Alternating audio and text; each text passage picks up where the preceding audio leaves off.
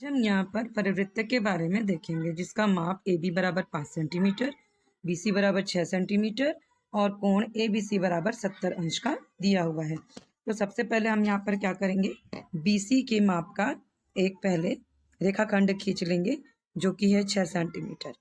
ये हम यहाँ पर 6 सेंटीमीटर का एक रेखाखंड खींच लेते हैं और इसको नाम देते हैं बी सी बराबर 6 सेंटीमीटर।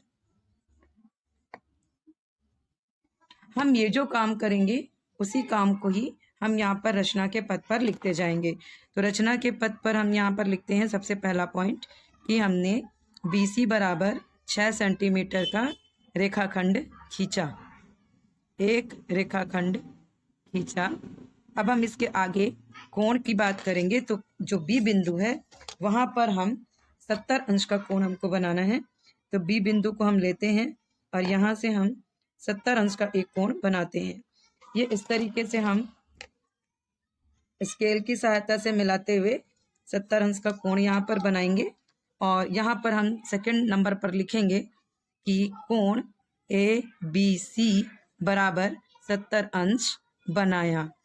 फिर इसके बाद हमको यहाँ पर दिया गया है कि AB बराबर होना है 5 सेंटीमीटर का। तो अब हम स्केल लेते हैं और स्केल लेकर के प्रकार की सहायता से 5 सेंटीमीटर को खींचते हैं इस तरीके से और हम B से ऊपर की ओर एक चाप काटते हैं जो कि जिस कटान बिंदु पर मिलता है वहां से हम एक रेखाखंड खींचते हैं जो कि A से जो कि C बिंदु से मिलाएंगे और ये A से C यहाँ पर हमको अभिष्ट त्रिभुज ABC मिला। AB बराबर जो कि है 5 सेंटीमीटर और कोण B जो है वो है 70 का और जो BC है वो 6 सेंटीमीटर का। हम अभी जो काम किए उसको भी लिख लेते हैं। यहाँ पर हमने तीसरे पॉइंट पर लिखा कि AB बराबर 5 सेंटीमीटर का चाप काटा और मिले बिंदु A से C को मिलाया। इस तरह से हमारा त्रिभुज ABC प्राप्त हुआ जो कि दिया हुआ मेजरमेंट का है। अब हम इसके आगे के प्रोसेस को करने के लिए हमको इन जो त्रिभुज दिया हुआ है उसके किन्हीं भी दो भुजाओं का लंबार्धक खींचना होगा। तो हम इस चौथे पॉइंट के लिए मतलब हम लंबार्धक खींचते हैं। तो लंबार्धक खींचने के लिए हमको क्या करना है, BC जो एक रेखा ये है भुजा है उसके आधे से अधिक लंबाई को लेते हुए एक चाप ऊपर की ओर और हम एक चाप नीचे की ओर काटते हैं। यही काम हम दूसरी ओर से भी करते हैं, मतलब बिंदु B से भी करते हैं।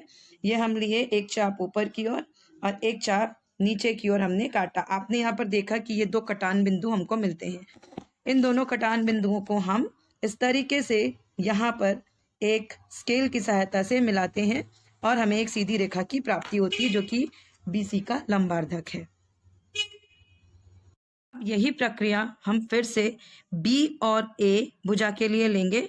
तो B से मैंने एक चाप अंदर की ओर और एक चाप बाहर की ओर काटा और उसी तरीके से A से भी एक चाप अंदर की ओर और एक चाप बाहर की ओर और एक चाप अंदर की ओर काटा। ये फिर से दो बिंदुओं पर मिलते हैं और इन दोनों बिंदुओं को हम स्केल की सहायता से यहाँ पर जोड़ लेते हैं और जोड़ने के बाद इस तरीके से एक लंबा हमको अर्धक मिलता है जो कि AB रेखाखंड को काटता है और हम इसे भी यहाँ पर लिख लेते हैं जो कि हमारा पांचवा बिंदु होगा कि AB का लंबार्धक खींचा।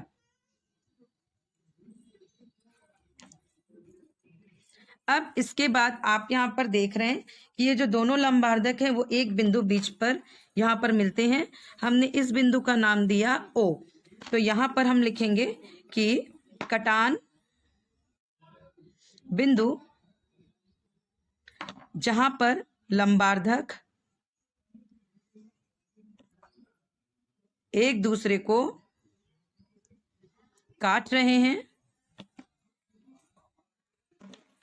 उसे O नाम दिया। अब इस O से B, O से C और O से A की दूरी को लेते हुए हम प्रकार की सहायता से यहाँ पर पहले हम इनकी दूरी सेट कर लेंगे कि O से A कितनी है ओ से बी कितनी है और ओ से सी कितनी है। आप ये देख रहे हैं कि ये जब तीनों बिंदुओं को एक साथ ले लेगा, इसका मतलब अब हम इसके ऊपर से एक वृत्त खींचते हैं इस त्रिज्या का, तो ये इसके बाहर से होकर जाएगी और हम यहाँ पर ये वृत्त बना लेते हैं। आपने देखा कि यह जो वृत्त है वह हमारे आए हुए इस त्रिभुज के माप के तीनों बिंदुओं से होकर जा रही है, जो कि ए बी सी से होकर जा रही है, और इसे ही हम परिवृत्त कहते हैं। तो अब हमारा यहाँ पर अंतिम बिंदु, अंतिम पॉइंट यहाँ पर आएगा कि बिंदु ओ से ए बी और सी की दूरी मापते हुए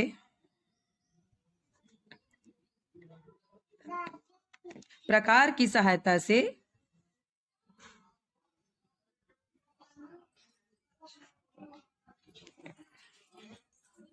ओ ए बराबर ओ बी बराबर ओ सी त्रिज्या का एक वृत्त खींचा।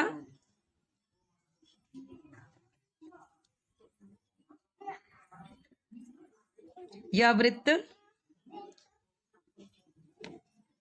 ए बी सी बिंदु से होकर गुजरता है।